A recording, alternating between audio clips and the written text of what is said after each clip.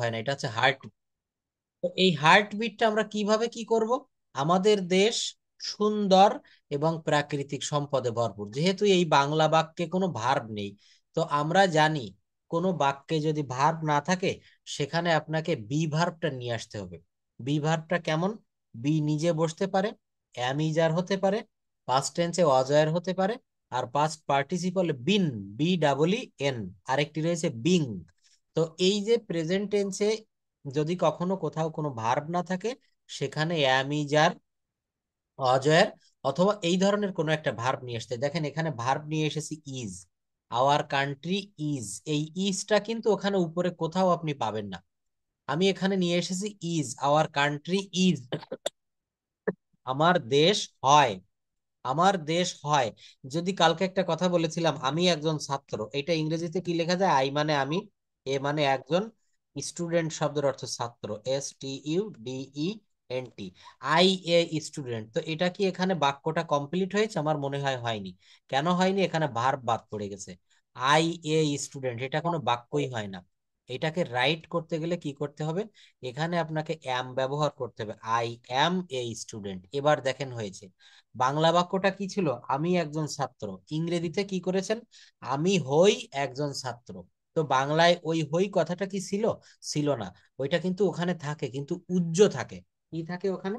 উজ্জ থাকে, অর্থাৎ ওই জায়গাটায় সরাসরি কিন্তু ওই ভার্বটি থাকে না। ওখানে আপনাকে ওই ভার্বটা লিখতে হয়। আই অ্যাম এ স্টুডেন্ট, এখানেও তদ্রূপ দেখেন, our country is beautiful and rich in natural resources, অর্থাৎ আমাদের দেশ সুন্দর এবং প্রাকৃতিক সম্পদে ভরপুর। এখানে এই যে প্রেজেন্টেশন বা এই, হ্যাঁ হ্যাঁ বলেন বলেন। রিসোর্সেস মানে হচ্ছে সম্পদ।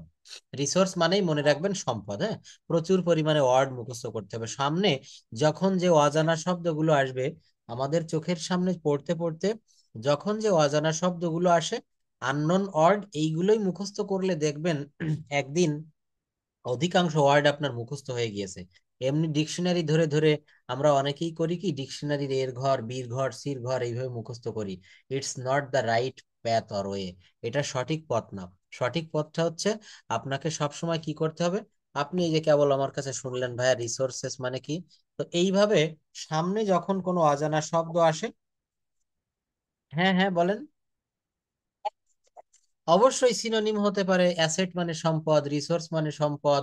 আপনি এখানে ওয়েলথ মানে সম্পদ, এটাও একটা ভালো ইংলিশ, ওয়েলথ, WEATH, WEALTH, এই ওয়েলথ মানেও কিন্তু সম্পদ। বলা হয় কি হেলথ ইজ ওয়েলথ, স্বাস্থ্যই সম্পদ, মনে আছে? তাহলে এটা আমরা কি বলবো? এখানে ওয়েলথ শব্দের অর্থও কিন্তু সম্পদ, ওয়েলথ অর্থাৎ স্বাস্থ্যই সম্পদ। তো এখানে কি বললাম? আমার নাম রাজু, আমি প্রতিদিন সকালে উঠে স্কুলে যাই, স্কুলে গিয়ে আমি অনেক কিছু শিখি, আমাদের শিক্ষকরা সব সময় আমাদের সাহায্য করেন আমাদের পড়াশোনার মান ভালো রাখতে, অনেক নিয়ম মেনে চলা হয়, ভবিষ্যতে আমি একজন ডাক্তার হতে চাই। এর প্রত্যেকটা বাক্য কোনো না কোনো টেন্স মেনেই কিন্তু বাক্যগুলো গঠন করা হয়েছে। হয় প্রেজেন্ট টেন্স, না হয় পাস্ট টেন্স, না হয় পাস্ট ইনডেফিনিট টেন্স। এর প্রত্যেকটা জায়গায় কিন্তু টেন্সের বাহিরে আমি কিছু কিন্তু করিনি। তো এই যে জায়গাগুলা, এগুলা যদি আমরা কমপ্লিট করতে পারি, দেখবেন প্রচুর পরিমাণে আপনি কথা বলতে পারছেন ইজিলি, আপনি ইজিলি লিখতে পারছেন। অর্থাৎ আপনাকে কি করতে হবে? আপনাকে টেন্সটা বুঝতে হবে। যেমন আমি যদি প্রেজেন্ট কন্টিনিউয়াস টেন্সের কথাটা বলি, প্রেজেন্ট কন্টিনিউয়াস টেন্সের কেমন? চলমান কোনো কিছু বুঝাবে, চলমান, অর্থাৎ কোনো কিছু ঘটছে, চলছে। বাংলা ক্রিয়াপদের শেষে তখন কি থাকে? ইতেছি, ইতেছো, ইতেছেন, এই শব্দগুলো থাকে। যেমন দেখেন এখানে লিখেছি I am writing a letter, আমি একটা চিঠি লিখিতেছি। কন্টিনিউয়াস টেন্সের ক্লাসটা কি নিয়েছিলাম নাকি নেয়নি? হ্যাঁ হ্যাঁ, নিচ্ছিলাম। আচ্ছা, আমারও মনে হচ্ছে দুই একের ভিতরে নিয়েছি। তো দেখেন এখানে আমরা এর বাদেও কিন্তু এই যে একটা বিষয় দেখতে পারছি, কন্টিনিউয়াস টেন্সের আমার মনে হয় টোটাল শেষ হয়েছিল না, আমি একটু এটা দেখি, শেষের দিকে একটু দেখাই। অর্থাৎ কন্টিনিউয়াস টেন্সের যে just wait a bit, hmm, perfect tense না, এটা আমার মনে হচ্ছে এ পর্যন্ত পড়িয়েছিলাম। পাস্ট পারফেক্ট টেন্স হয়ে গেছিল, এই শীট কমপ্লিট হয়ে গেছে আমার মনে আছে। তো এখানে মূলত টেন্সটা আমরা এইভাবে একটু দেখবো, টেন্সটা দেখার পরে টেন্সের সঙ্গে আরো যেটা থাকে, টেন্স মানেই হচ্ছে ভার্ব, ভার্ব মানেই টেন্স। কেমন, আমি খাই, এটা বর্তমানে খাই, প্রেজেন্ট টেন্স হয়ে গেল। কিন্তু আমি যদি বলি আমি খেয়েছিলাম, তখন পাস্ট টেন্সে চলে গেল, অতীতকালে। 1 ঘন্টা আগে খেয়েছিলাম, 2 ঘন্টা আগে খেয়েছিলাম। আমি যদি বলি খাইবো, তখন কি হবে, এটা ফিউচার টেন্স হয়ে গেল। আমি একটু পরে খাবো, বিকেলে খাবো, বা এখন আমার এখানে 3টা 18 বাজে, আমি 5টায় ভাত খাবো। আমি সেই সময়টা এখনো অনাগত এসে পারিনি, খাবো। তো আমি এক জায়গায় বললাম খাই, এক জায়গায় বললাম খেয়েছিলাম, আর এক জায়গায় বলেছি কি খাইবো। এই যে ভার্বের যে ব্যবহারটা, ভার্বের পরিবর্তন, এটাই মূলত কিন্তু টেন্স। দেখেন একটু ভালো করে, আমি যদি বলি আমি ভাত খাই, এখানে আমি এবং ভাত, যতগুলা টেন্স আপনি বলবেন, আমি এবং ভাত কখনো পরিবর্তন হবে না। আমি ভাত খাই, আমি ভাত খাচ্ছি, আমি ভাত খেয়েছি, আমি 1 ঘন্টা ধরে ভাত খাইতেছি। এখানে আমি এবং সাবজেক্ট এবং অবজেক্ট পরিবর্তন করিনি, আমি শুধু পরিবর্তন করেছি ভার্বের। আর এই ভার্বের পরিবর্তনটা যদি আপনি বুঝতে পারেন, আপনি প্রত্যেকটা বাক্য কারেক্টলি বলতে পারবেন। ভার্ব হচ্ছে এমন শব্দ বা শব্দগুচ্ছ যার দ্বারা কোনো কাজ, অবস্থা বা ঘটনাকে বোঝায়। ভার্ব হচ্ছে এমন শব্দ বা শব্দগুচ্ছ যার দ্বারা কোনো কাজ, অবস্থা, ঘটনাকে বোঝায়। এতটুকু মনে রাখবেন। Role of verb in sentence কি বলছে, ভূমিকাটা কি বাক্যে। Every complete sentence must have a verb. প্রত্যেকটা সমাপ্তকৃত বাক্য, যেটা সমাপ্ত হয়েছে, শেষ হয়েছে, সেখানে ভার্ব থাকবেই থাকবে। পৃথিবীতে অনেক বাক্য রয়েছে আপনি সাবজেক্ট ছাড়া গঠন করতে পারবেন, অবজেক্ট ছাড়া গঠন করতে পারবেন, but you can't make a sentence without any verb. আপনাকে ভার্ব ব্যবহার করতেই হবে। তো এই ভার্বের জায়গাটা আমরা খুব ভালোভাবে একটু দেখব। Verbs are action verb, state verb, আর একটা রয়েছে অকারেন্স ভার্ব। তো এটা আমরা একটু দেখি অ্যাকশন ভার্ব কেমন। রিড, ডু, অক। দেখেন অ্যাকশন শব্দের অর্থ হচ্ছে কাজ করা। অ্যাকশন শব্দের অর্থ হচ্ছে কাজ করা। আমি যদি বলি রিড, রিড মানে পড়া, এটাই আমাদের শারীরিক একটা পরিশ্রম করা লাগে না, তাহলে এটা অ্যাকশন ভার্ব। ডু, ডু মানে করা। এই যে আপনাকে আমি পড়াচ্ছি, আপনি পড়তেছেন, তাহলে এটাও কিন্তু আমাদের একটা কাজ করা। অক শব্দের অর্থ হাঁটা। মনে রাখবেন যে কাজগুলো করতে বিভিন্ন ইন্দ্রিয় দ্বারা পরিশ্রম করতে হয়, বাহিরের ইন্দ্রিয় নাড়াচাড়া করতে হয়, এগুলো কিন্তু অ্যাকশন ভার্ব। আবার কিছু স্ট্রেট ভার্ব রয়েছে, কেমন দেখেন, এক্সিস্ট কোনো কিছু থাকা, স্ট্যান্ড দাঁড়িয়ে থাকা, অর্থাৎ ফিল চিন্তা করা, লাভ কাউকে ভালোবাসা, এটাই কিন্তু কসরত করতে হয় না। অর্থাৎ এগুলো কিন্তু স্ট্রেট ভার্ব থাকে। আর কিছু রয়েছে অকারেন্স, হ্যাপেন মানে ঘটা, অকারেন্স মানেই কিন্তু ঘটা, হ্যাপেন মানে ঘটা, বিকাম মানে হওয়া। এই ভার্বগুলোকে কিন্তু অকারেন্স বলে, এগুলো আপনি সচরাচর বইতে পাবেন না। এক্সাম্পল একটু দেখি, he is a good man using the most common to be verb. এখানে একটা টু বি ভার্ব বা বি ভার্বের ভিতরে থেকে একটা ভার্ব বের করে নিয়ে আসছে, ইজ। তাহলে কি লিখলাম, he is a good man. কি লিখেছি, he is a good man, সে একজন ভালো মানুষ। এখানে ইজ হচ্ছে অক্সিলারি ভার্ব না, ইজ এখানে main verb. We learn from the verb, he speaks in English, Rimi is thinking about the incident, Rimi is thinking about the incident. এই দেখেন রিমি ইজ থিঙ্কিং, এখানে থিঙ্কটা কি, এটা কিন্তু স্ট্রেট ভার্ব। তো আমরা এটা আরো বিস্তারিত একটু জানবো এখন।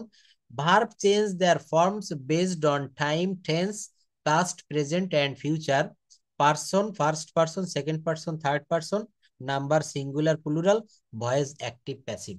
কয়েকটা কথা বলেছি, দেখেন এর বাংলাটা কি আসে। এর বাংলাটা হয় এমন, verb change their forms, verb গুলো তাদের রূপ পরিবর্তন করে, বেসড অন ভিত্তি করিয়া, কিসের উপর ভিত্তি করিয়া, টাইম সময়, টেন্স কাল, টেন্সের ভিতর থাকতে পারে present, past and future, person অনুসারেও ভার্ব চেঞ্জ হয়, first person, second person, third person, number অনুসারেও চেঞ্জ হয়, সিঙ্গুলার নাম্বার, প্লুরাল নাম্বার, আর ভয়েস চেঞ্জেও পরিবর্তন হয়, অ্যাক্টিভ প্যাসিভ। অ্যাক্টিভে একটা বাক্য বললাম, আয়শা ইটস রাইস, এটা প্যাসিভে কি হবে, rice is eaten by Ayesha. অর্থাৎ এক জায়গায় কিন্তু আপনি নিজেই এখানে কর্তা রূপে রয়েছেন, আরেক জায়গায় কর্মটা কিন্তু কর্তার জায়গায় বসে গেল, rice is eaten by her. এখানে প্রথমে যার নাম ছিল, এই জায়গাটা স্থান দখল করেছে কিন্তু রাইস। কে দখল করেছে, রাইস। অর্থাৎ আমি ভাত খাই আর ভাত আমার দ্বারা খাওয়া হয়। প্রথম বাক্যে ভাত অর্থাৎ অবজেক্ট বা কর্ম, এটা কোথায় ছিল? একেবারে শেষে ছিল। আমি ভাত খাই শেষের দিকে ছিল। আর এইটা প্যাসিভ ভয়েসে কোথায় আসলো? একেবারে প্রথমে, ভাত আমার দ্বারা খাওয়া হয়। তো কাইন্ডস অফ ভার্ব আমরা একটু দেখব। Firstly, verb is divided into two major categories. প্রধানত মেজর ক্যাটাগরিতে ভার্বকে দুইটি ভাগে ভাগ করা হয়। প্রিন্সিপাল ভার্ব আর লেক্সিক্যাল আর মেইন ভার্ব। দেখেছেন, তিনটা কথা বলেছি। প্রিন্সিপাল বলা যায়, লেক্সিক্যাল বলা যায়, মেইন ভার্বও বলা যায়। আপনি এইটাকে বলতে পারেন প্রিন্সিপাল ভার্ব অথবা মেইন ভার্ব, আমরা সচরাচর যেটা বলে থাকি। অক্সিলারি ভার্ব আর হেল্পিং ভার্ব কেমন? এগুলো থাকে হচ্ছে সাহায্যকারীর ভূমিকায়। যেমন আই অ্যাম ইটিং রাইস, এখানে ইটিং হচ্ছে মেইন ভার্ব আর অ্যাম হচ্ছে অক্সিলারি ভার্ব, আমি ভাত খাইতেছি। হুম, তো এইভাবে এই ভার্বের প্রত্যেকটা ব্যবহার খুব খুঁটিয়ে খুঁটিয়ে দেখাবো। দেখবেন আপনি দ্রুত কথা বলা শিখে যাবেন। ভার্বের ব্যবহারটা জানলেই ইংরেজি ভাষাটা আপনার 80 থেকে 90% কভার হয়ে যাবে। আর বাদ বাকি 10 আর 20% এইগুলা কিন্তু আপনাকে অন্য অন্য বিষয়গুলো জানতে হয়, প্রেপোজিশন, কনজাংশন, ইন্টারজেকশন, ওইগুলো হাবি জাবি বেশি একটা লাগে না, কিন্তু আপনাকে প্রধান দেখতে হবে ভার্বের ব্যবহার। তারপর দেখি প্রিন্সিপাল ভার্ব আর মেইন ভার্ব বা lexical verb. Verbs which are used independently with the help of without the help of other verbs are called principal or main verb. কি বলা হচ্ছে? অর্থাৎ অন্য অন্য ভার্বের সাহায্য। হ্যাঁ হ্যাঁ, বলেন বলেন। LEXIKCA, lexical. হ্যাঁ, লেক্সিক্যাল শব্দের অর্থও যা, প্রিন্সিপাল শব্দের অর্থও তাই, মেইন শব্দের অর্থও তাই। প্রধান ভার্ব বা প্রধান ক্রিয়া, lexical verb. Verb which are used অর্থাৎ বলা হচ্ছে যে ভার্ব গুলো without the help of other verbs, অন্য ভার্বের হেল্প ছাড়া ব্যবহৃত হতে পারে, তাদেরকে প্রিন্সিপাল ভার্ব বা মেইন ভার্ব বা লেক্সিক্যাল ভার্ব বলে। যেমন দেখেন, principal or main verb example দিয়েছি, he is a singer. He is a singer, এখানে একটাই মাত্র ভার্ব বসেছে, ইজ, এটা হচ্ছে principal verb. She does her job, সে নিজেই তার নিজের কাজ করে, তাহলে এখানে ডাজ। আমরা ডাজ কিন্তু জানি অক্সিলারি ভার্ব, নো, এখানে main verb. He does the work, এটার অর্থ কি? সে তার কাজটা করে। শি ডাজ হার জব, সে তার কাজ সে করে। দে হ্যাভ মেনি প্রবলেমস, তাদের আছে অনেক সমস্যা, এখানে হ্যাভ কিন্তু মেইন ভার্ব। এখানে হ্যাভ কি ভার্ব হয়েছে? Main verb. তো দেখেন, এইভাবে যদি আমরা দেখি, principal verbs are two types depending on the object they take. কি বলা হচ্ছে? প্রিন্সিপাল ভার্ব কিন্তু মূলত দুই রকমের হয়ে থাকে, অবজেক্টের উপরে নির্ভর করে। কিসের উপরে নির্ভর করে? অবজেক্টের উপরে। দেখেন এই জায়গাটা দেখি, আজকে আমরা একটু ইংলিশ টু ইংলিশ পড়ি, খুব ভালো লাগছে। একটা হচ্ছে ট্রানজেটিভ ভার্ব, আরেকটি হচ্ছে intransitive verb. Transitive verb is an action verb that requires on or more objects which receive the action of the verb in the sentence. কি বলা হচ্ছে? দেখেন, she reads the book, verb with the object the book. এই যে সে একটি বই পড়ে, এই পড়াকে প্রশ্ন করেন, কি পড়ে? উত্তর আসবে বই পড়ে। তো ভার্বকে কি বা কাকে দ্বারা প্রশ্ন করে যদি কোনো উত্তর পাওয়া যায়, তাহলে ওই ভার্বকে বলা হয় ট্রানজিটিভ ভার্ব। এর বাংলা অর্থ হচ্ছে সকর্মক্রিয়া। অর্থাৎ যে ভার্বের কর্ম থাকে, এখানে দা বুক, এই যে বাক্যটা, এখানে দা বুকটা কিন্তু অবজেক্ট বা কর্ম। কি হবে বলেন? অবজেক্ট বা কর্ম। আর যে ভার্বের অবজেক্ট বা কর্ম থাকে তাকে ট্রানজিটিভ ভার্ব বলে। আর যে ভার্বের অবজেক্ট বা কর্ম থাকে না তাকে ইনট্রানজিটিভ ভার্ব বলে। Am I clear? যে ভার্বের যদি সাবজেক্টের ভার্বের এখানে সাবজেক্ট রয়েছে সি, এই যে বাক্যটা, এখানে সি হচ্ছে সাবজেক্ট, আর তারপর হচ্ছে কি দিয়েছি? রিডস, আর তারপর the book. She reads the book, verb with the object the book. তো এখানে কি দাঁড়ালো? শি রিডস দা বুক, সে বই পড়ে। আচ্ছা দেখেন, তাহলে সে বই পড়ে, কি পড়ে? বই পড়ে। এই রিড ভার্বের একটা কর্ম আছে বুক, এটাকে বলা হয় ট্রানজিটিভ ভার্ব। প্রত্যেকটা জায়গায় দেখেন, he gave me a mobile phone, এখানে কিন্তু দুইটা অবজেক্ট আছে, ডাবল অবজেক্টের একটা বাক্য বললাম। He gave me a mobile phone, সে একটা, মনে করেন আপনি আমাকে একটা মোবাইল গিফট দিয়েছেন, বলা হচ্ছে হি gave me a mobile phone. তো এই বাক্যে মোবাইল ফোন এটা একটা অবজেক্ট, আর মি একটা অবজেক্ট। কিভাবে? এই ভার্বকে প্রশ্ন করেন কি বা কাকে দ্বারা। তো এই দেওয়াকে যদি প্রশ্ন করি কাকে দিয়েছিল, উত্তর আসবে আমাকে দিয়েছিল। মি কে, এই মি হচ্ছে একটি অবজেক্ট। আবার এই ভার্বকে প্রশ্ন করেন কি দিয়েছিল, মোবাইল ফোন দিয়েছিল। তাহলে এখানে অবজেক্ট কয়টা? দুইটা। এখানে হচ্ছে ডাবল অবজেক্টের ইয়া। তারপর I saw her in the market, in the market এটা কিন্তু অবজেক্ট। আই স আমি দেখেছিলাম, হার তাকে, ইন দা মার্কেট, এই মার্কেট, ইন দা মার্কেট এটা হচ্ছে এখানে অবজেক্ট। এবং এগুলোকে বলা হচ্ছে এই স, গেভ, রিডস, এগুলো কিন্তু ট্রানজিটিভ ভার্ব। বুঝতে পেরেছেন ট্রানজিটিভ ভার্বটা কেমন হয়? তারপর দেখেন এটা হচ্ছে ইনট্রানজিটিভ ভার্ব। ট্রানজিটিভ ভালো করে বুঝতে পারেননি, আমি আপনার উত্তর দেওয়ার ইয়ে বুঝে বুঝলাম। অর্থাৎ এখানের যে সকল ভার্বকে প্রশ্ন করবেন কি বা কাকে দ্বারা, প্রশ্ন করে যদি কোনো উত্তর পাওয়া যায় তাহলে ওই ভার্বটা হচ্ছে ট্রানজিটিভ ভার্ব। এর বাংলা হচ্ছে সকর্মক্রিয়া। আর যখন এই জায়গাটা দেখি, এই যে ইনট্রানজিটিভ ভার্ব, ভালো করে দেখেন পার্ট বি, কি হবে? Intransitive verb. যেমন শি রিডস, সে পড়ে। এই রিড কে প্রশ্ন করেন তো কি পড়ে বা কাকে পড়ে, এর উপর পরে আর কিছুই নেই। দেখেন শি রিডস, এর পরে কোনো অবজেক্ট আছে, কর্ম আছে? এই যে লিখেছি no object in this sentence, এই সেন্টেন্সে কোনো অবজেক্ট নেই। এই জন্য এটা কি হবে? Intransitive verb. এটা কি হয়ে যাবে? Intransitive verb. Sit down here, এখানে বসো, এটাকে কি বা কাকে দ্বারা প্রশ্ন করেন? ভার্বকে, ডাউনকে প্রশ্ন করেন কি বসো, কোনো উত্তর আসে না।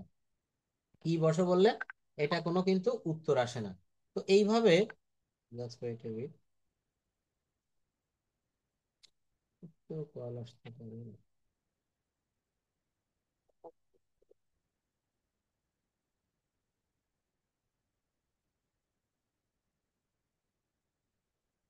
হুম, একটু পরে। আচ্ছা, তো এখানে কি দেখালাম? এখানে দেখলাম যে একটা ভার্বের আমরা ট্রানজিটিভ ভার্ব বা ইনট্রানজিটিভ,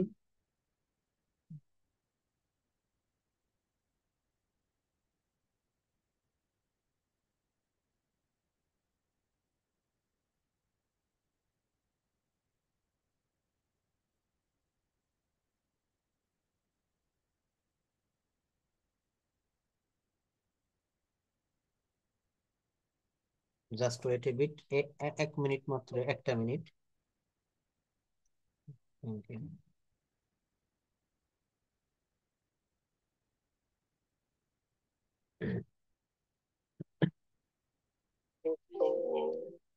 তো এখানে কি বললাম, এই জায়গাটায় কিন্তু কোনো অবজেক্ট নেই। শি রিডস, সে পড়ে। কি পড়ে? এখানে যদি বই থাকতো, বইটা অবজেক্ট হতো, এবং এটা থাকতো একটা ইনট্রানজিটিভ ভার্ব। তারপর শি ইজ সিঙ্গিং, কি হলো? She is singing. এখানে যদি শি ইজ সিঙ্গিং, এই যে দেখেন ব্র্যাকেটের ভিতরে she is singing a song, এখানে যদি এ সং, সে একটা গান গাচ্ছে, একটা অবজেক্ট থাকতো, তাহলে এটা কিন্তু ইনট্রানজিটিভ ভার্ব না হয়ে ট্রানজিটিভ ভার্ব হতো। খুব সহজে আমরা পার্থক্যটা বের করতে পারি। যে ভার্বের পরে অবজেক্ট বা কর্ম থাকে তাকে ট্রানজিটিভ ভার্ব বলে, আর যে ভার্বের অবজেক্ট বা কর্ম থাকে না তাকে ইনট্রানজিটিভ ভার্ব বলে। তাকে কি বলা হচ্ছে? Intransitive verb. তো এই যে ভার্বের যে ব্যাপারটা দেখালাম, ট্রানজিটিভ এবং ইনট্রানজিটিভ, এটা কিন্তু আমাদের ভয়েস চেঞ্জের জায়গাটায় কাজে লাগে। তারপর কি বলা হচ্ছে? So to find an object we ask the verb, object খুঁজে পেতে গেলে ভার্বকে প্রশ্ন করব বাই হুম অর হট। হুম অথবা হট, মানে হুম মানে কাকে, অথবা কি, কি বা কাকে দ্বারা প্রশ্ন করব? ভার্বকে। And the answer we get is an object of the sentence. এখানে দেখেন he gave me a mobile phone, সে আমাকে একটা মোবাইল ফোন দিয়েছিল। এখানে আপনি এই গেভকে প্রশ্ন করে দেখেন, এখানে গেভকে হট দ্বারা প্রশ্ন করতে হবে, সে কি দিয়েছিল, উত্তর আসবে মোবাইল ফোন দিয়েছিল। তাহলে একটা বাক্যের অবজেক্ট বের করতে গেলে কি করতে হবে? ভার্বের কাছে গিয়ে প্রশ্ন করতে হবে। ভার্বের কাছে প্রশ্ন করব কি, হুম অথবা হট দ্বারা। কি বা কাকে দ্বারা প্রশ্ন করলে আমরা কিন্তু অবজেক্ট বা কর্ম পেয়ে যাব। Auxiliary or helping verb. It plays an important role in our English language. Auxiliary or helping verb. Verbs which help a principal verb to form a sentence are called auxiliary or helping verb. কি বলা হলো? Principal ভার্বকে সাহায্য করার জন্য যে verb তৈরি হয় বা যে ভার্বকে নিয়ে আসা হয় তাকে অক্সিলারি ভার্ব বলে। অক্সিলারি এর বাংলাটা হচ্ছে সাহায্যকারী ক্রিয়া। হি ইজ সিঙ্গিং আ সং। এখানে দুইটা ভার্ব রয়েছে পরপর। সিং কে আইএনজি করেছি, যেহেতু প্রেজেন্ট কন্টিনিউয়াস টেন্স, কি হবে? He is singing. এই সিঙ্গিং একটি ভার্ব, আবার ইজ একটি ভার্ব। সিঙ্গিং একটি ভার্ব, ইজ একটি verb. She is doing her job. সে তার চাকরি করছে বা সে তার কাজ করছে। এখানে ডু থেকে ডুইং, এই ডুইং হচ্ছে মেইন ভার্ব, প্রিন্সিপাল ভার্ব, আর ইজ হচ্ছে auxiliary verb. Auxiliary verbs are two types. Auxiliary verb কয় প্রকার? দুই প্রকার। একটা হচ্ছে প্রাইমারি অক্সিলারি, আর একটা রয়েছে মডাল অক্সিলারি। দেখেছেন এই যে ইয়েলো কালার, প্রাইমারি অক্সিলারি আর মডাল অক্সিলারি। প্রাইমারি অক্সিলারি গুলা কি কি? সাস অ্যাজ বি, আপনি এম। আমার এটা মানে ভাবটা চেনার জন্য যে অবশ্যই ভাবটা কোন। অবশ্যই, এই ভার্বের ব্যবহারটা দেখেন আমরা অনেকটাই এখানে যে এলোমেলো করে ফেলি, যে এই ভার্বের এই যে অক্সিলারি ভার্ব কয় প্রকার? তা দুই প্রকার, প্রাইমারি অক্সিলারি আর একটা হচ্ছে মডাল অক্সিলারি। এখন আমরা এটা আইডেন্টিফাই করতে পারি না যে কোনটি প্রাইমারি অক্সিলারি আর কোনটি মডাল অক্সিলারি। এটা কিন্তু একেবারে হুবহু টেন্স রিলেটেড। এই যে দেখেন এখানে প্রাইমারি অক্সিলারি বা টেন্স রিলেটেড টেন্স অক্সিলারি যেগুলোকে বলা হয়, such as be, am, is, are, was, were, been, being, have, has, had, having, do, does, and did। এগুলো আমাদের কিন্তু মুখস্থর মতো করে একেবারে মনে রাখতে হবে। যে কয়টা কথা বলেছি? প্রাইমারি অক্সিলারি মানে একেবারে প্রধান অক্সিলারি ভার্ব কি কি? Be, am, is, are, was, were, been, being, have, has, had, having, do, does, and did। এই শব্দগুলো কিন্তু প্রাইমারি অক্সিলারি। এইবার আমরা দেখবো এর কয়েকটা ব্যবহার। I am doing the job, আমি কাজটি করিতেছি। এখানে কিন্তু দুইটা ভার্বের ব্যবহার দেখতে পারছি, এই ডুইং একটি, অ্যাম একটি। তো এই যে অ্যাম ব্যবহৃত হয়েছে, এটা কিন্তু এখানে অক্সিলারি ভার্ব। কোন অক্সিলারি? এটা কিন্তু এখানে primary auxiliary. Rana was sleeping that moment, ওই মুহূর্তে Ryan was sleeping that moment, ওই মুহূর্তে রায়ান ঘুমাচ্ছিল। এই যে অজ স্লিপিং, এখানে স্লিপিং মেইন ভার্ব, অজ হচ্ছে অক্সিলারি ভার্ব। তো এটাকে আমাকে আপনাকে প্রশ্ন করলাম কোন অক্সিলারি, এটা বলতে হবে প্রাইমারি অক্সিলারি। এটাকে বলতে হবে primary auxiliary. Be, am, is, are, was, were, been, being, have, has, had, having, do, does, and did. এরপর আমরা একটু দেখব মোডাল অক্সিলারি। মোডাল অক্সিলারিটা আমরা কম বেশি সবাই জানি। Can, could, shall, should, will, would, may, might, must, need, dare, use to, ought to, etcetera. অর্থাৎ এগুলো কিন্তু মডাল ভার্ব।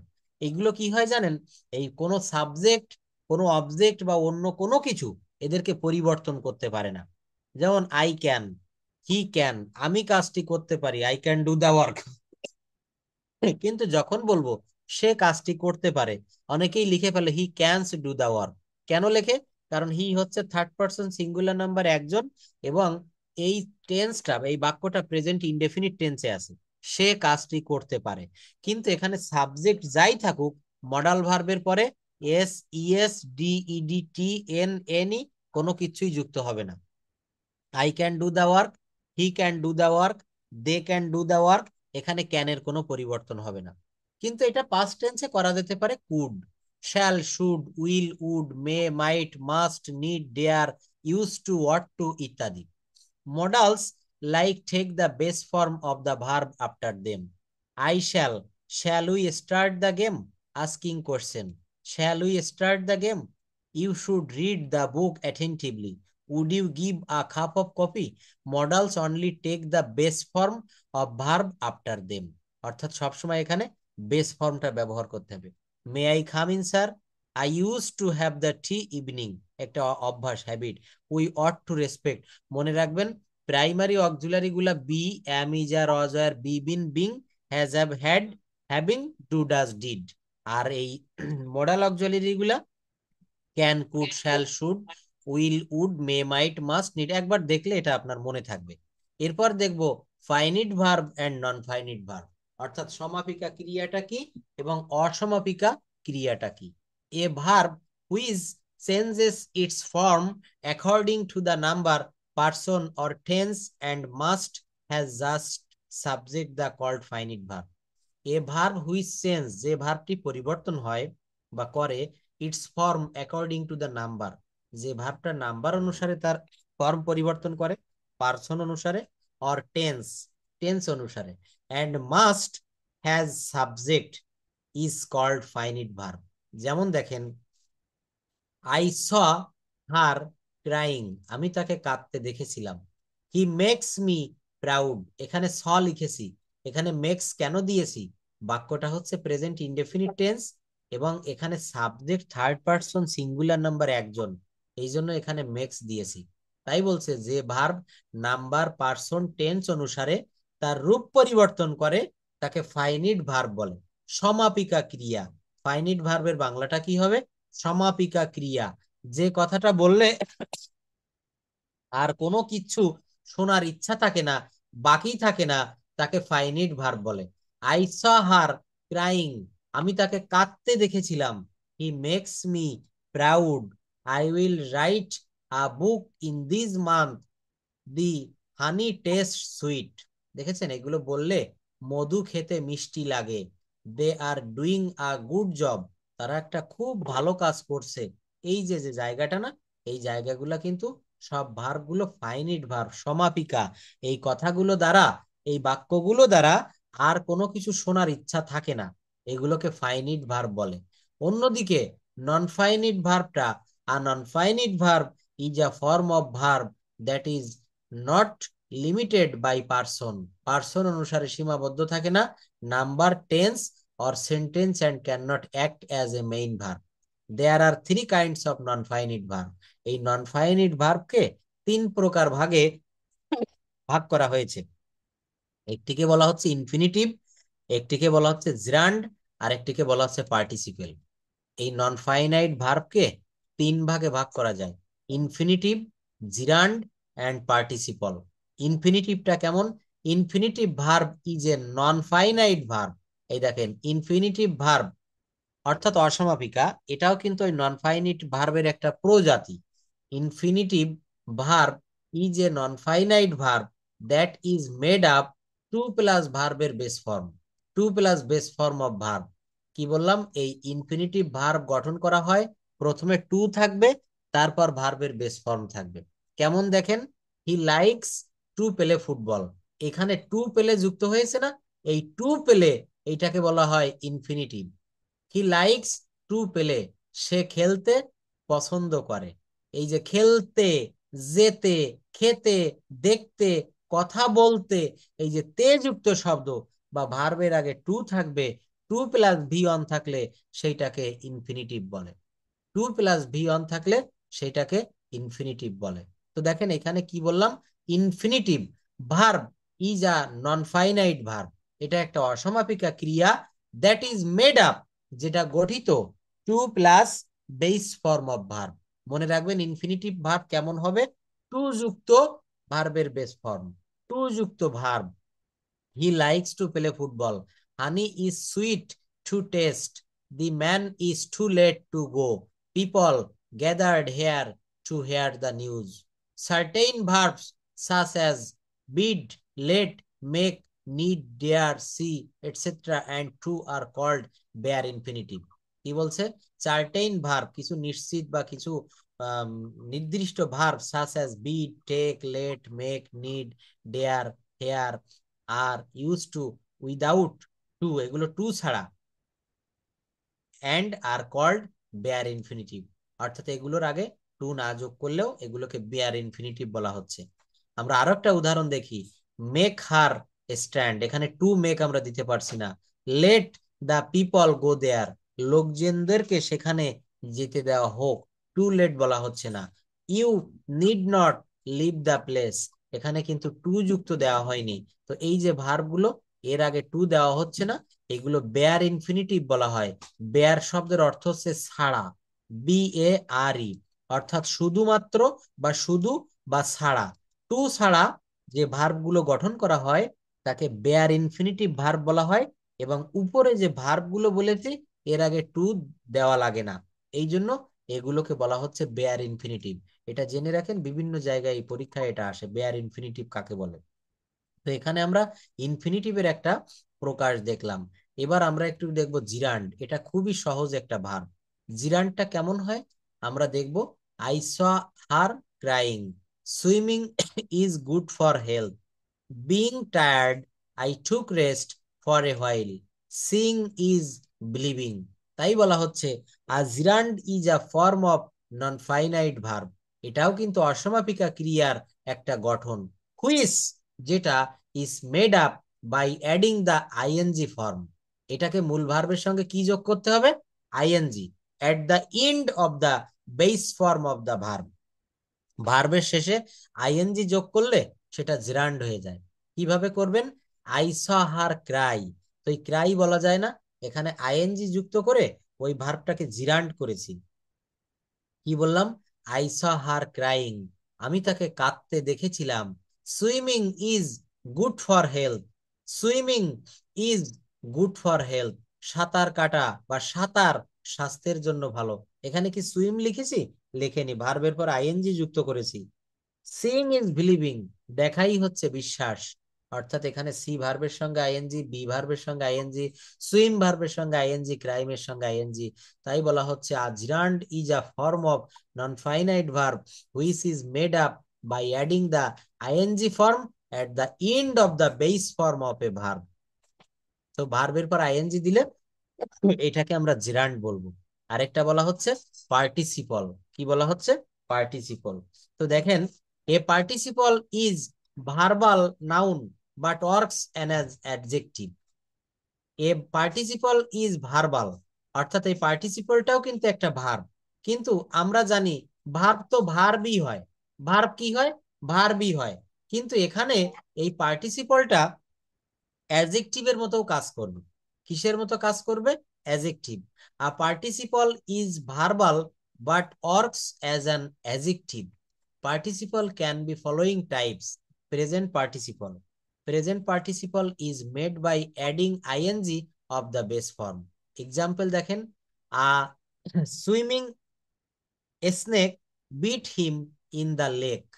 এলি লেগ, ও সরি, ঠিক আছে, এলিজি। কি বলা হচ্ছে? সুইমিং স্নেক, পুকুরে একটা সাপ সাঁতার কাটিতেছিল। Bit him, bite him in his leg, তার পায়ে কামড় দিয়েছিল, কামড়ে দিয়েছিল। সাপটা কেমন ছিল? সুইমিং। এটা অ্যাডজেক্টিভ কিনা আপনি কিভাবে বুঝবেন? এর একটা সহজ সূত্র রয়েছে। এই যে আমি বললাম না, এখানে কি বলেছি, এ participle is verb but works as an adjective. তো এখানে তো এই সুইমিংটা কিন্তু ভার্ব না, এটা অ্যাডজেক্টিভ। কিভাবে দেখা যাবে? প্রত্যেকটা জায়গায় খেয়াল করেন, এইটা অ্যাডজেক্টিভ কিনা তা বোঝানোর জন্য দেখেন অ্যাডজেক্টিভের পরে কি রয়েছে? স্নেক আছে না? এই স্নেক কিন্তু এখানে নাউন। অ্যাডজেক্টিভের পরে একটা নাউন বসানো যায় বেশিরভাগ জায়গায়। যেমন হি ইজ এ গুড বয়, এখানে গুডটা কি? অ্যাডজেক্টিভ না? তো অ্যাডজেক্টিভের পরে কি রয়েছে? বয় আছে। এখানে পরের বাক্য দেখেন, look at the setting sun. তৃতীয় বাক্যে look at the setting sun, অর্থাৎ যে সূর্যটা ডুবে যাচ্ছে সেই ডুবন্ত সূর্যের দিকে তাকাও। এই সেটিং এখানে কি? অ্যাডজেক্টিভ। তারপরে দেখেন একটা নাউন রয়েছে sun. Don't get into a running bus, একটা চলন্ত বাসে উঠো না। এই রানিংটা কি? অ্যাডজেক্টিভ। পার্টিসিপল কিন্তু ভার্ব এবং অ্যাডজেক্টিভের কাজ করে, আর জিরান্ড ভার্ব এবং নাউনের কাজ করে। কিসের কাজ করে? তার উদাহরণটা একটু ভালো করে দেখে নিব আমরা। এই জায়গায় কি লিখেছি? আই স হার ক্রাইং, আমি তাকে কাঁদতে দেখলাম। এখানে ক্রাই শব্দের অর্থ ক্রন্দন করা বা কান্নাকাটি করা, ক্রাই। আর এরপর আইএনজি দিয়ে ক্রাইং, ওইটাকে কিন্তু নাউন করে ফেলেছি। আই স হার ক্রাইং, আমি তাকে কান্না করতে দেখলাম। এখানে ক্রাইং কিন্তু ভার্ব থাকলো না, এটা কি হয়ে গেল? এই ক্রাইংটা কিন্তু নাউন হয়ে গেল। তো এর থেকে আইএনজি বাদ দিলে এটা কিন্তু ভার্বে ফিরে আসে, ক্রাই। সুইমিং, সুইমিং, দেখেন সুইম শব্দের অর্থ সাঁতার কাটা, এটা ভার বলো। কিন্তু swimming is a good exercise, সাঁতার কাটা একটি ভালো ব্যায়াম। সাঁতার একটি ভালো ব্যায়াম। সাঁতার এখানে নাউন হলো, এই জন্য জিরান্ডকে বলা হয় ভার্বাল নাউন, আর পার্টিসিপলকে বলা হয় ভার্বাল অ্যাডজেক্টিভ। জিরান্ড কাজ করে ভার্ব এবং নাউনের মতো, আর পার্টিসিপল কাজ করে ভার্ব এবং অ্যাডজেক্টিভের মতো। কিসের মতো কাজ করে? ভার্ব এবং অ্যাডজেক্টিভের মতো। দেখেন এই যে বিষয়গুলো পড়ালাম, এগুলো আপনার সামনে যখন তুলে ধরবো আপনি নিজেই পারবেন। এই শীটটা আমি দিয়ে দিব, একবার দুইবার দেখবেন, রেকর্ড ক্লাসটাও দেখবেন, এইটার এই জায়গাগুলো খুব ইজি হয়ে যাবে। খুব সহজ একটা ক্লাস নিয়েছি। আপনি একটু রেস্টুরেন্ট সম্পর্কে আমার একটু কোশ্চেন জিজ্ঞাসা করেন ইংলিশে, আমিও একটু ইংলিশে দেয়ার দেখে চেষ্টা করবো, হ্যাঁ। অবশ্যই রেস্টুরেন্ট সম্পর্কে, তাই না? হ্যাঁ হ্যাঁ, রেস্টুরেন্টে জব করি তো অনেক সময় অনেক কোশ্চেনে আমি হেল্পের আচ্ছা আচ্ছা, চাই। তো এটা তো আগে থেকে বললে আরো ভালো হতো। তো দেখেন এইটা আপনি আমাকে একটু লিখে দিয়েন, মানে আমাকে একটা ধারণা দিয়েন যে আমাকে এই ধরনের কোশ্চেন গুলো করতে হয়। হোয়াটসঅ্যাপে আপনি খাতায় লিখে ছবি তুলে পাঠাবেন বা টাইপ করে দেবেন, এইটা আমি আপনাকে হেল্প করব, খুব ভালো হবে। রেস্টুরেন্টে কিভাবে একজন কাস্টমার আসলো, কিভাবে তার সঙ্গে কথা বলতে হয়, কিভাবে সে একটা খাবার চাচ্ছে, আমি বুঝতে পারলাম না, তখন এক্সকিউজ মি বা সরি। এটা করো, এটা করোনি কেন, এটা কি করো। অবশ্যই অবশ্যই এটা দেখাই দিব, এটা আমি আজকেই এটা একটা ক্লাসে আপনাকে বা এটা ভালোভাবে খুব দেখাই দিব। সমস্যাগুলো বলবেন, তাহলে আমার বুঝতে সুবিধা হবে। রেস্টুরেন্টে না শুধু, আমরা যখন কোনো পাবলিক প্লেসে যাই, আমরা যখন বাসে উঠি, আমরা যখন কোনো দোকানে গিয়ে কেনাকাটা করতে চাই, বিভিন্ন জায়গায় কিন্তু আমাদেরকে প্রতিনিয়ত যেতে হয়। তো আমরা সেখানে কিভাবে কথা বলবো? আমাদের কথা বলার তো একটা ইয়ে থাকবে, তাই না? আমরা কোনো মানুষকে যখন ধন্যবাদ জানাবো, তখন তার সাথে আমরা কিভাবে ধন্যবাদ জানাতে চাই, কিভাবে কথা বলতে চাই, প্রত্যেকটার কিন্তু একটা ডেফিনেশন রয়েছে, প্রত্যেকটার কিন্তু একটা সিকুয়েন্স রয়েছে। আমরা যেমন বলি থ্যাঙ্কস এ লট, আমরা কি বলি? থ্যাঙ্কস এ লট, তোমাকে ধন্যবাদ। তো এই থ্যাঙ্কস এ লটটাও কিন্তু বিভিন্ন ভাবে বলা যায়। থ্যাঙ্কস বলা যায়, থ্যাংক ইউ ভেরি মাচ বলা যায়, এ বাঞ্চ অফ থ্যাঙ্কস বলা যায়। বিভিন্ন ভাবে কিন্তু আপনি এটা ব্যবহার করতে পারেন।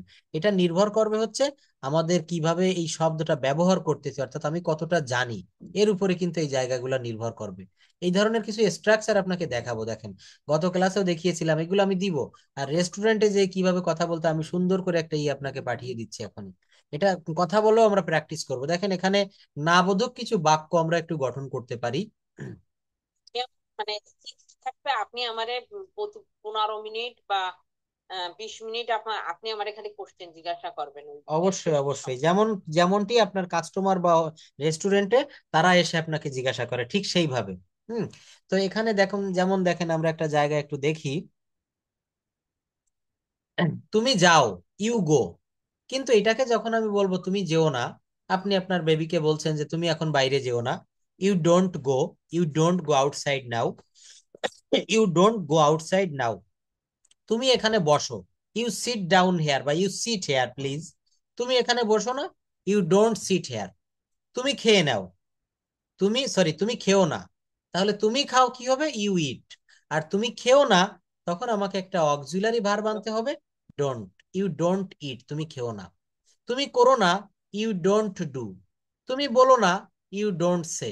তুমি দিও না, ইউ ডোন্ট গিভ। তুমি নিও না। ইউ ডোন্ট, এখানে কি তুমি করতে হবে? করো না, হুম। তো আমরা 2বার বসাইছি, তো একবার বসাইলে হইতো না? ইউ ডোন্ট ডু না, এই দেখেন এই যে সুন্দর কোশ্চেন করেছেন। ইউ ডোন্ট ডু, একবার ডু এর সঙ্গে নট দিয়েছি, আবার ডু দিয়েছি, কেন দিয়েছি? খুব ভালো প্রশ্ন। এখানে ইউ হচ্ছে সাবজেক্ট, আর এইটা বাক্যটা হচ্ছে প্রেজেন্ট ইনডেফিনিট টেন্স। তুমি করো না, কোন কালে করো না? বর্তমানে বোঝানো হচ্ছে যে তুমি এইটা করো না। তো করা ইংরেজি কি? ডু। করা ইংরেজি হচ্ছে ডু, ভালোভাবে খেয়াল করেন। আর এখানে এই প্রেজেন্ট ইনডেফিনিট টেন্সে সাবজেক্ট অনুসারে নেগেটিভ করতে গেলে ডু নট বা ডাজ নট আসে। কি আসে বলেন? ডু নট বা ডাজ নট আসে। তো তুমি করো না, ইউ ডু নট ডু। কি হবে? ইউ ডোন্ট ডু, তুমি করো না। আর তুমি করো, ইউ ডু, তুমি কাজটি করো, ইউ ডু দা ওয়ার্ক। কিন্তু যদি বলি তুমি কাজটি করো না, you do not do the work. একটি ডু হচ্ছে আমার প্রিন্সিপাল ভার্ব, এই ডু কিন্তু এখানে মেইন ভার্ব। তুমি করো, ইউ ডু। আর তুমি করো না, প্লিজ তুমি কাজটি করো না, you don't do the work. তো এই বাক্যটা যেহেতু প্রেজেন্ট ইনডেফিনিট টেন্স, আর প্রেজেন্ট ইনডেফিনিট টেন্সের হেল্পিং ভার্ব হিসাবে কি আসে? ডু বা ডাজ। শুধুমাত্র প্রেজেন্ট ইনডেফিনিট টেন্সে। পাস্ট ইনডেফিনিট টেন্সে কি আসে? ডিড আসে। কি আসে? ডিড। বুঝতে পেরেছেন? একটি ডু হচ্ছে আমার মেইন ভার্বের ডু, আর একটি ডু হচ্ছে অক্সিলারি ভার্বের ডু। আরেকটি ডু কি হবে? অক্সিলারি ভার্বের ডু। এই জায়গাটা দেখেন, দাম জিজ্ঞাসা করার জন্য। যখন আপনার রেস্টুরেন্টে কোনো কাস্টমার আসলো, কোনো খাবারের দাম শুনবে, কি বললো? হাউ মাস, কত দাম। অথবা হোয়াটস দ্য প্রাইস, দাম কত। এখানে ডিশে খাবার বের করে, একটা খাবার রয়েছে চোখের সামনে, সে আপনাকে প্রশ্ন করলো হোয়াটস দ্য প্রাইস, আপনি বলবেন $5, $2, $10। এখানে হোয়াটস দ্য প্রাইস, দাম কত। হাউ মাচ ইজ ইট, এটার দাম কত, আপনি বলবেন it costs, the price of it is $5। How much is that, ওইটার দাম কত। সেলফে কোনো দূরে একটা খাবারের দিকে সে নির্দেশ করে বলছে হাউ মাচ ইজ দ্যাট, ওটার দাম কত। হাউ মাচ আর দিজ, এগুলোর দাম কত। দেখেন এই যে দিজ ব্যবহার করেছি, দিস না কিন্তু, THEAC, ওইগুলার দাম কত। How much are those. What about tomato, tomato কত করে। দেখবেন এখন টমেটো পাওয়া যায় না শীতকালে, তো হোয়াট অ্যাবাউট টমেটো। অথবা how much tomato per KG, per KG শব্দের অর্থ হচ্ছে প্রতি KG. How much per price, প্রতি পিসের দাম কত। How much per piece. How much is the total, কেনাকাটা করে শপকিপারকে বলছেন টোটাল কত দাম হয়েছে। How much is the total price. ওরা অনেক সময় সংক্ষেপে বলে how much total price. Is এখানে চলন্ত ভাষায়, অর্থাৎ ইনফরমালি কিন্তু অনেক কিছু বলা যায়, ফরমালি লিখতে গেলে কিন্তু আপনাকে এইটাই লিখতে হবে, how much is the total price, সর্বমোট দাম কত। কিন্তু সংক্ষেপে দোকানদারকে বোঝানোর জন্য হাউ মাচ টোটাল প্রাইস, এটা বললেও হয়। What's the total price, what's the total price. How much per box, আমি টিস্যু পেপার কিনেছি, প্রতি বক্সের দাম কত। তার কাছে আমি শুনছি শপকিপারের কাছে হাউ মাচ পার বক্স, সে বলবে অনলি $2, অনলি $3। ঠিক আছে, তো হাউ মাচ দিয়ে বা এটা দাম জিজ্ঞাসা করার জন্য আমরা এটা ব্যবহার করতে পারি। আস্কিং টাইম, সময়টা কিভাবে আমরা একটু জিজ্ঞাসা করতে পারি। এখন সময় কত। আপনি আপনার রেস্টুরেন্টে কাজ করার সময় আপনার সময়টা একটু জানার প্রয়োজন, এখন বাসায় যেতে চাচ্ছেন, তো হোয়াট টাইম ইজ ইট, কি বলবো, হোয়াট টাইম ইজ ইট, এখন সময় কত। ইটস 10, ইটস 10, আর ইজ ইট 10, এখন কি 10টা বাজে। বা সে লোক বলতে পারে নাও ইট ইজ 10 o'clock, আর it's 10, it is 10, it is 10। What day is it, আজ কি বার। হোয়াট ডে ইজ ইট, সে বলবে today is Sunday, today is Monday, today is Friday. ঠিক আছে। হোয়াটস দ্য টাইম নাও, এখন কত বাজে। What's the time now. অথবা এখানে লং ফর্মে what is the time now, what is the time now. May I know the time brother, may I know the time sister, may I know the time dear, excuse me, may I know the time. আপনি এটা জিজ্ঞাসা করতে পারেন, আপনার হাতে ঘড়ি বা mobile নাই, টাইম জানতে চাচ্ছেন, উপরে আপনার ক্লকও নাই, ওয়াল ক্লক। এখানে আপনি তাকে জিজ্ঞাসা করছেন please may I know the time, excuse me, may I know the time. এটা কিন্তু প্রায়শই জিজ্ঞাসা করা লাগে। হোয়াটস দ্য ডেট টুডে, আজ কত তারিখ। হোয়াটস দ্য ডেট টুডে, এখন কোন ঋতু। What's the season now. Yes. এটা may I know the time. May I know the time, excuse me, ওরা কিন্তু দেখবেন প্রত্যেকটা কথা excuse me, sorry, pardon me, please, এই শব্দগুলা ব্যবহার করে। তো হোয়াটস দ্য সিজন নাও, এখন কোন ঋতু। এইভাবে কিন্তু এগুলো আমরা প্রচুর পরিমাণে প্র্যাকটিস করতে হবে। এইগুলো হচ্ছে স্পোকেন ইংলিশ, এগুলো প্র্যাকটিস করাবো, গ্রামারের কয়েকটা ক্লাস করিয়ে তারপরে এই জায়গাগুলো প্র্যাকটিস করলে আপনি অবশ্যই পারবেন। এই ভার্ব ফর্ম দেখেন, এই যে হোয়ার টু প্লাস ভার্বের বেস ফর্ম, কোথায় যেতে হবে। আপনার সিনিয়র বলছে যে আপনি এখন ওই রুমে যান, বা এটা বাজার থেকে নিয়ে আসেন, বা এইটা করেন ওইটা করেন, কি বলতে হবে তখন। হোয়ার টু গো, কোথায় যেতে হবে। হোয়ার টু সি, কোথায় দেখতে হবে। হোয়ার টু স্টপ, কোথায় থামতে হবে। হোয়ার টু রিড, কোথায় পড়তে হবে। হোয়ার টু প্লে, কোথায় খেলতে হবে। হোয়ার টু স্লিপ, কোথায় ঘুমাতে হবে। হোয়ার টু লার্ন, প্রত্যেকটা জায়গায় আমি হোয়ার টু ব্যবহার করেছি, কি করেছি, হোয়ার টু। তারপর কি করেছি, শুধু ভার্বে চেঞ্জ করেছি, learn, write, sleep, play, read, stop, come, sing, sit down. দেখেছেন, তো এই ভার্বের পরিবর্তনটা এই এখানে হোয়ার টু প্রত্যেকটা বাক্যে দিয়েছি। হোয়ার টু গো, কোথায় যেতে হবে। হোয়ার টু সি, কোথায় দেখা করতে হবে। হোয়ার টু স্টপ, অর্থাৎ এই বিষয়গুলো কিন্তু প্রত্যেকটা খুঁটিয়ে খুঁটিয়ে একটু ভালোভাবে এক দুইবার দেখলেই। এটা কি পচা, আপনাকে এক কাস্টমার জিজ্ঞাসা করলো যে এই খাবারটা কি পচা।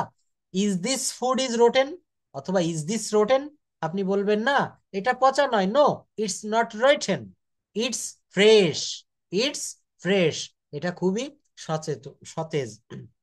একটা খাবার দেখে তার মনে হচ্ছে যে খাবারটি বাসি বা নষ্ট হয়েছে কিনা, সে বলল ইজ দিস রোটেন, আপনি বলছেন নো, ইটস নট রোটেন। এটা কি সস্তা? ইজ দিস চিপ, আপনি বলবেন yes, it is cheap, it's cheap. এটা কি তাজা? খাবারটা কি তাজা?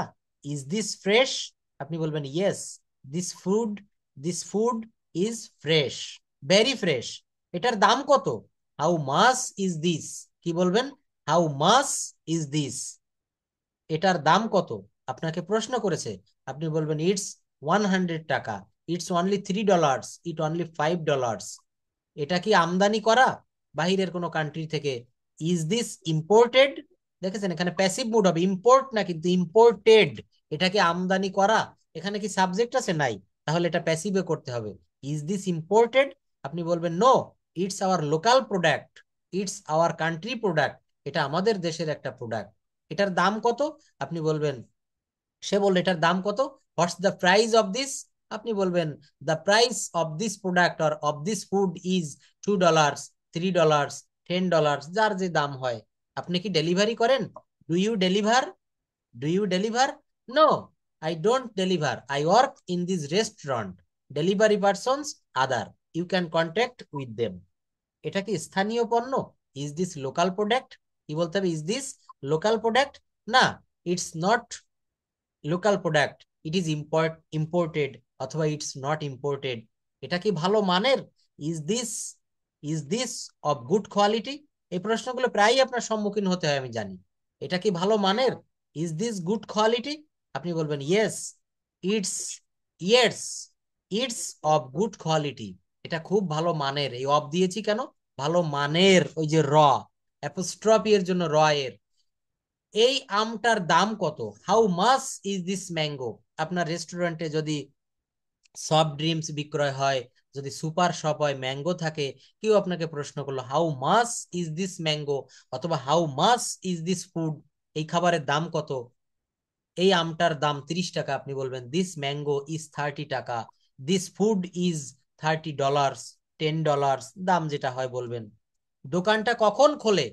এই যে রেস্টুরেন্টে একজন ফরেনার এসে বা ওই দেশে বললো যে আপনার এই রেস্টুরেন্ট কখন খোলা হয় সকালে, when does the shop open, when does the shop open, দোকানটা সকাল 9টায় খোলে, the shop opens at 9 AM। দোকানটা কখন বন্ধ হয়? সে প্রশ্ন করলো when does the shop close, দোকানটা রাত 9টায় বন্ধ হয়, the shop closes at 9 PM। এটা কি একটু কম হবে? Can you reduce the price a bit, a bit মানে হচ্ছে অল্প একটু, এ বিট, কি বললাম? Can you reduce the price a bit, এটা কি একটু কম হবে? আপনি বলবেন yes, I can reduce a little bit, আমি একটু কম নিতে পারি। কি করতে পারি? আমি একটু কম নিতে পারি। আর যদি না বলতে হয়, no, the price can not be reduced, অর্থাৎ দাম কমানো যাবে না। আপনি কি ক্রেডিট কার্ড নেন? Do you accept credit card, আপনাকে প্রশ্ন করেছে, আপনি বলবেন no, there is no option to use the credit card in our restaurant, অথবা বলতে হবে yes, you can use credit card from ATM booth or in our machine. দেখছেন, তাহলে এই যে কনভারসেশন, এটাই কিন্তু আপনার লাগবে, এটা আমি পাঠিয়ে দিচ্ছি। এবং এই কনভারসেশনটা বা এইগুলো আমরা রেগুলার প্র্যাকটিস করব, so that you can improve your self within a short time. Okay.